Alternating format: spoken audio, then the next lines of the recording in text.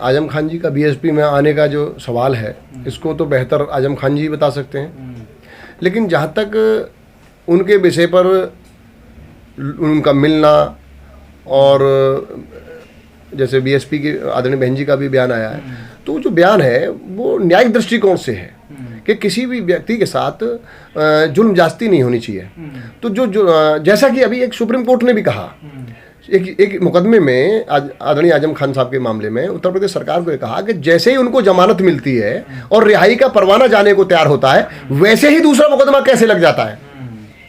तो ये तो सुप्रीम कोर्ट भी कह रहा है, यानी कि उनको किसी भी कीमत पर ये प्रकरण जेल में रखा जाए, ये एक काम हो रहा है। इस पर चूंकि सुप्रीम कोर्ट ने इस बात की पुष्टि भी की है कि भाई जब उनकी सारे मामलों में जमानत हो जाती है और जो बकाया लास्ट मामला होता है जिसमें जैसे ही रिहाई जाने को होती है, तुरंत स्टेट गवर्नमेंट उनके खिलाफ फिर एक नया मुकदमा दर्ज कर देती है। यानी पिछले में निकल के आए, अब एक मुकदमा जो नया दर्ज कर देती है, फिर उसमें जाते हैं, फिर वो मुकदमे को जैसे ही वो बेल आउट होने की पोजीशन पे आते हैं, फिर एक नया मुकदमा ले आती है स्टेट। तो ये स्टेट के जो मुकदमा है लाने की जो प्रक्रिया है, ये उनको अनावश्यक रंजिशन जेल में रखने की प्रक्रिया नहीं है तो और क्या है। इसको तो सुप्रीम कोर्ट ने भी कहा है। तो माननीय बहन जी ने जो कहा है वो ये कहा है कि देश में किसी व्यक्ति के साथ उसकी जाति के आधार पर, उसके धर्म के आधार पर अन्याय नहीं होना चाहिए।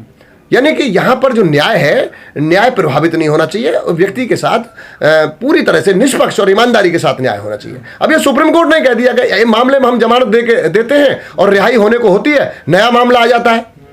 तो इससे ये साबित होता है कि उत्तर प्रदेश की सरकार जानबूझ करके रंजिशन जाति और धर्म के आधार पर उत्पीड़नात्मक कार्रवाई कर रही है, ये साबित होता है उससे। लेकिन वो सर सपा के नेता हैं, बड़े नेता हैं, सपा से वो नाराज चल रहे हैं, उनकी नाराजगी सबको जाहिर है दिखाई दी है। नहीं, देखिए माननीय बहन जी ने उनके साथ जो खड़े होने की बात की वो अन्याय ना हो, यानी वो न्याय की बात कर रही हैं, निष्पक्ष जांच हो।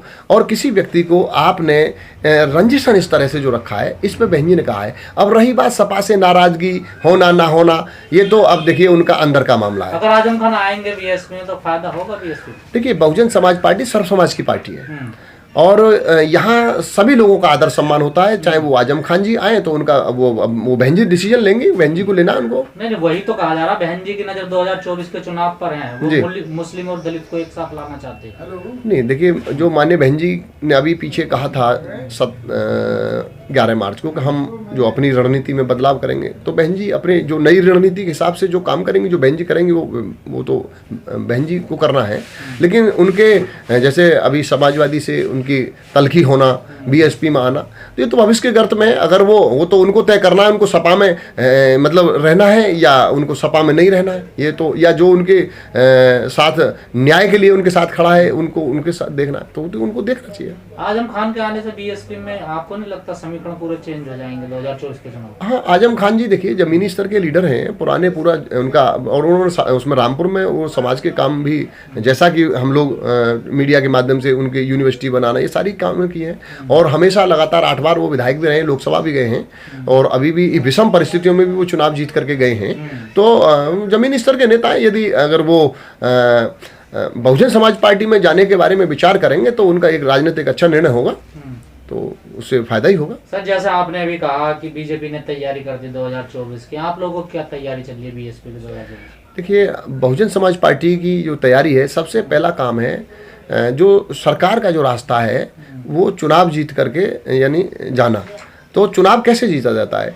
जिस पार्टी का बूथ का संगठन मजबूत होगा, बूथ तक का यानी सारा ढांचा मजबूत होगा, वो पार्टी सरकार की ओर जाती है।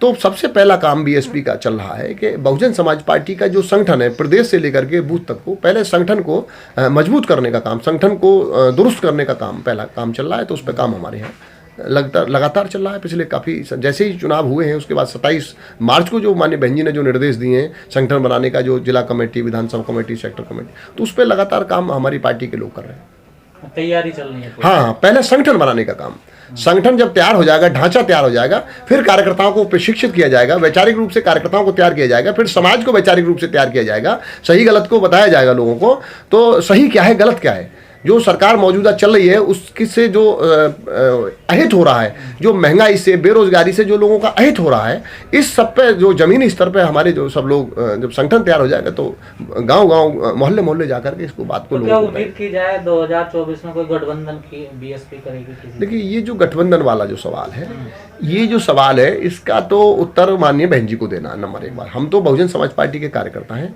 और ये डिसीजंस जो गठबंधन करना नहीं करना वो आदरणीय बहन जी का विषय है नंबर एक बार।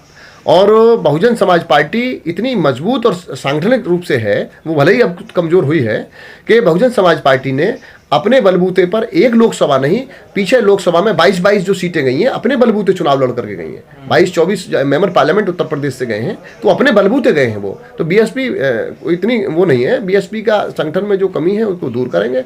और जनता जो बहकी है, जनता जो भ्रमित हुई है, तो उनको समझाने का काम फिर से कार्यकर्ता करेंगे। और हम समझते हैं कि अब कोई भी आदमी, देखिए, बार बार धोखा नहीं खाता है। जैसे अभी हाल ही में धोखा खा गए, अभी राशन कार्ड के जो लाभार्थी के रूप में, जो राशन के रूप में जो लोग चक्कर में आए थे, अब उसका नया आदेश आ गया, उनको 32 रुपये किलो चावल का, 24 रुपये किलो गेहूं का उनको वसूलने का सरकार ने पूरा हिसाब लगा करके वसूलने की तरफ विचार कर रही है।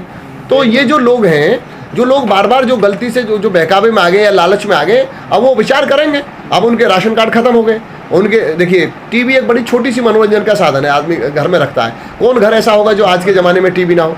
तो जिसके घर में केबल टीवी होगा, जिस परिवार में केबल टीवी होगा रंगीन, वो परिवार उस कार्ड का अपात्र है। यानी छोटी सी हम मान लें तो टीवी तो लगभग सभी जगह मिल जाएगा। अभी आप देखेंगे जहां बिल्डर साइड चल रही हैं, बिल्डर साइडों पे जो मजदूरों की जो कॉटेज होती हैं, तो वो रात को काम करने के बाद वो टीवी में समाचार देखना या कुछ अपना थकान दूर करने के लिए टीवी देखते हैं। तो टीवी तो उन झुग्गियों में भी लगे हुए, तो इसका मतलब झुग्गी वालों को राशन नहीं मिलेगा, अपात्र हो गए। तो ये सारी चीज़ें जो जनता ने जो धोखा खाया है, अब मैं समझता हूँ कि बार बार जनता जो धोखा नहीं खाएगी, इस बार जरूर जनता इसकी धोखे से बाहर आएगी और वो सही गलत का डिसीजन जरूर लेगी। आज देश में जो विकास की राजनीति वो कहीं थम सी गई है। रोजगार का मुद्दा नहीं चल रहा, शिक्षा का मुद्दा नहीं चल रहा और महंगाई का कोई मुद्दा नहीं चल रहा। इस देश में केवल एक मुद्दा बड़े पैमाने पे चल रहा है, धर्म का। और वो धर्म का जो मुद्दा है, जो भाजपा का आरएसएस का एजेंडा है, वो कह रहे हैं कि देश को राम राज बनाएंगे और मीडिया भी इस बात को जान रही है। लेकिन मैं बहुजन समाज के लोगों से पूछना चाहता हूँ, किस राम राज के में बनवाने में भाजपा का सहयोग वो लोग कर रहे हैं? एक देश के पहले प्रधानमंत्री पंडित जवाहरलाल नेहरू हुए, उन्होंने एक किताब लिखी, डिस्कवरी ऑफ इंडिया। एक किताब लिखी केदारनाथ पांडे ने, गोलवार से गंगा। दोनों किताबों में ये लिखा गया कि भाई आर्य लगभग 4,500 वर्ष पूर्व मध्य एशिया से भारत आए और राम का जन्म बताते हैं त्रेता युग में हुआ, लगभग 9,000 वर्ष पूर्व हुआ। और जो इंसान इस देश में 4,500 वर्ष पूर्व आए और उनका जन्म यहाँ 9,000 वर्ष पूर्व बता दिया गया, तो मुझे नहीं लगता इस देश में किसी राम का जन्म होगा। जो यहाँ पे एक काल्पनिक सब मिथक है ये। हाँ, बिल्कुल। ये मैं नहीं कह रहा, मैं अपने पास से कुछ नहीं कह रहा। पंडित जवाहरलाल नेहरू ने किताब लिखी है डिस्कवरी ऑफ इंडिया, उसमें जाके आप देख लें। उसमें स्पष्ट शब्दों में उन्होंने लिखा, आर्य लगभग मध्य एशिया से 4,500 वर्ष पूर्व भारत आए। अब जो मध्य एशिया से जो आर्य यहाँ आए,